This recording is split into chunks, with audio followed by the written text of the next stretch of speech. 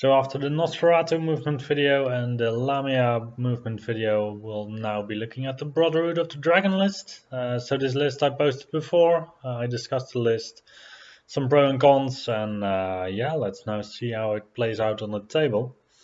Well, the main features of the list are obviously the 5 Vampire Core Chase. It is quite a magical light list, which is quite a rarity for Vampire Covenant. However, Brotherhood of the Dragon doesn't necessarily need any magic. Then you have 2 huge skeleton units and 3 units basically for the Vampire Core Chase to go into, of which 2 are quite self-sufficient, being the Vampire Knights. So it's quite a compact army. But it packs a ton of punch with all these different characters. I think maybe one issue could be characters that actually outfight your characters, and you might still find some of those. And once they can single out your characters, you're gonna bleed some points, and you're gonna bleed also some damage output. So yeah, let's just see what this list is gonna bring us. I have also an army picture here of what I would use to proxy this army, well, to play this army. And I see actually that I'm just missing 1 unit of bats here in this overview, but well, that's fine, I guess.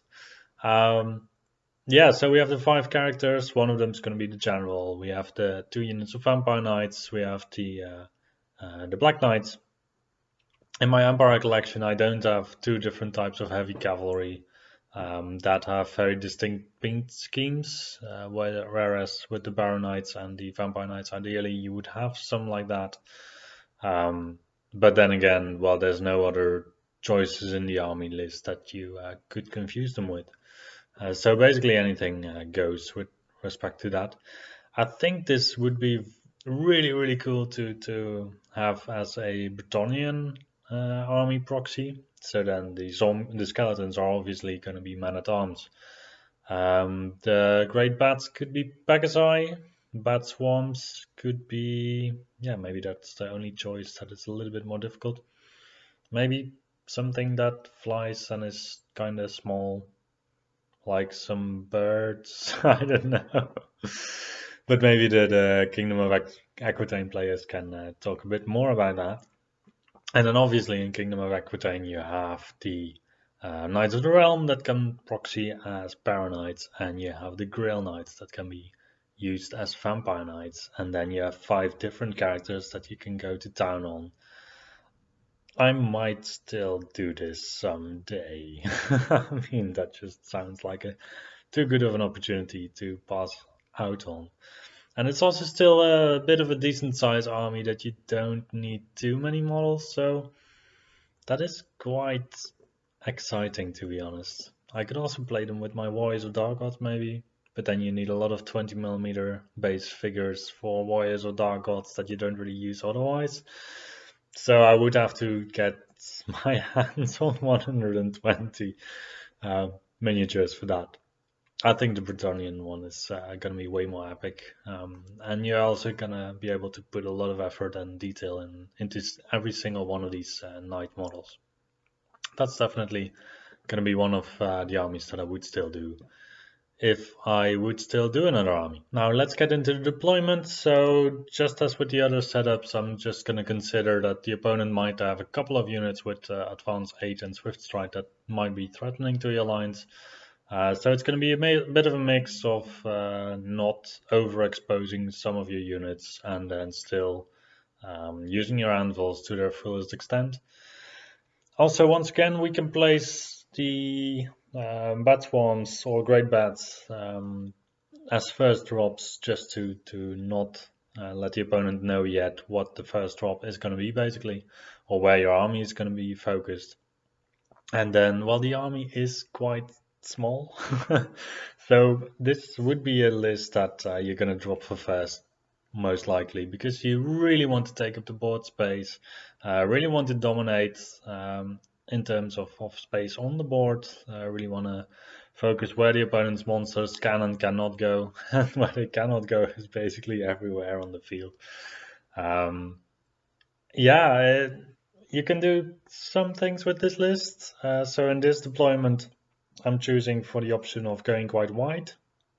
And then basically you're just zoning quite a lot on the board.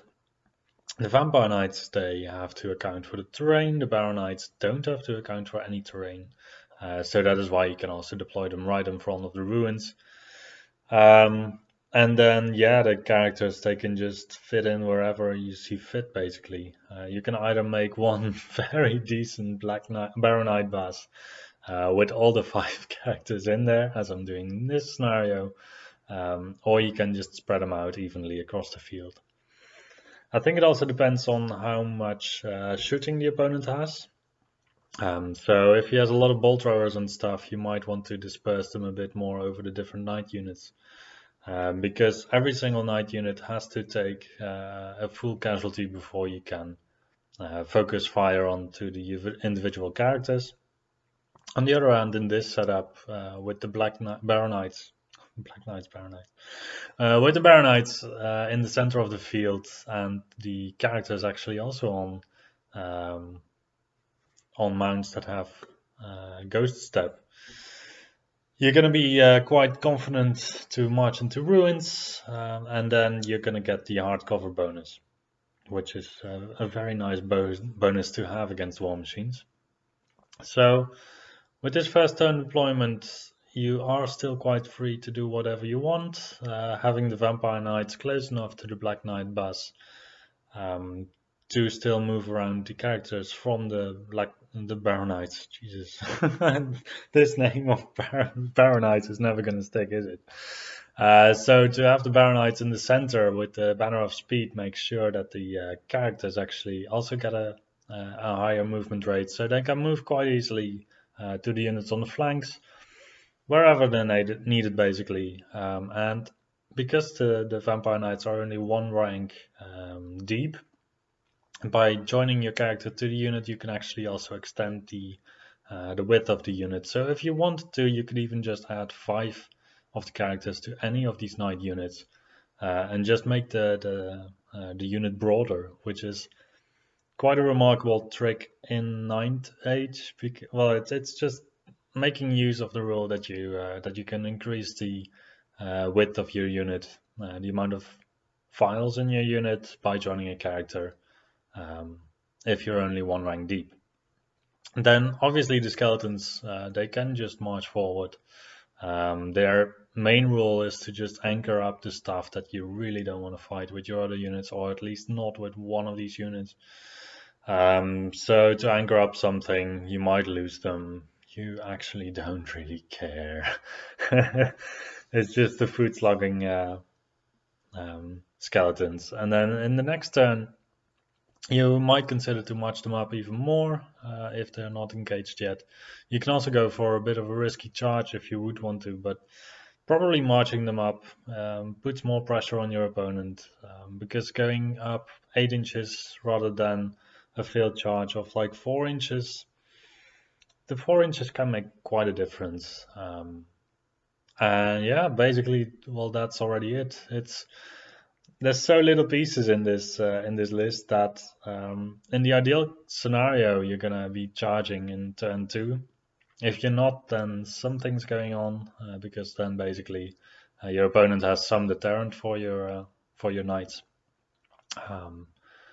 But that's gonna be it. You have 5 of these guys flying or running around rather. Your opponent cannot chaff all of them.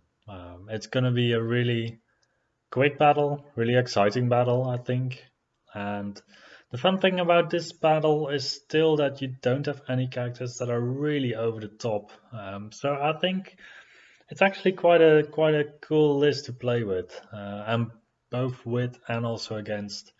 One aspect of the list that's going to be a pain to play against is the mobility of all these 5 heroes, coupled with their damage output, obviously.